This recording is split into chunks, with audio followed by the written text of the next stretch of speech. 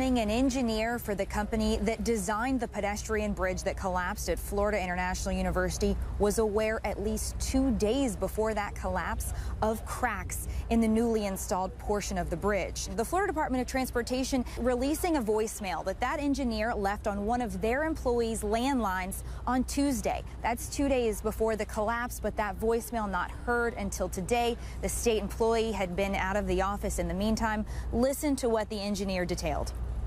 Hey, Tom, this is Denny Pate with Big Bridge Engineers. I was calling to share with you some information about the FIU pedestrian bridge and some cracking that's been observed on the north end of the span, the pylon end of that span we moved this weekend.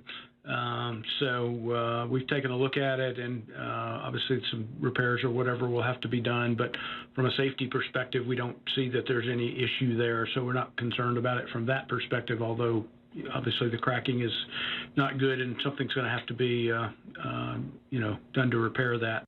The engineer said very clearly there he wasn't concerned about the cracks from a safety perspective. But this information released by the Florida Department of Transportation came out right as the NTSB chairman Robert Sunwalt was meeting with the media on Friday night. He said his organization was not aware of any such tips of cracks in the bridge, but that interviews would be done with all of those involved here over the course of their investigation. We also learned more about what was happening at the moment of the bridge's collapse. The NTSB chairman saying that work was being done to strengthen the diagonal supports that connected the walkway of the bridge with the canopy of the bridge. That activity also on the north end. So why it may seem reasonable to draw conclusions here that work was being done on the north end of the bridge, the engineer was aware of cracks at the north end of the bridge. The NTSB says it is too early to draw such conclusions.